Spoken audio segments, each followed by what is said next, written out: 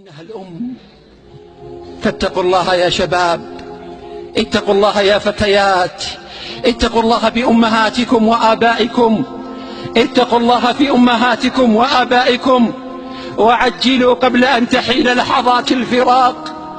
تمرغوا في سعادة البر والصلة لهما والخدمة لهما، إنها سعادة الدنيا، والله إنها بوابة الجنة، فلا تفوتكم عباد الله.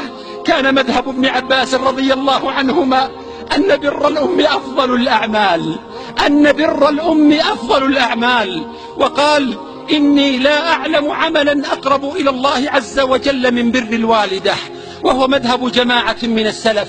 وقال ابن عمر رضي الله عنهما لرجل عنده أمه: والله لو ألنت لها الكلام وأطعمتها الطعام لتدخلن الجنة ما اجتنبت الكبائر.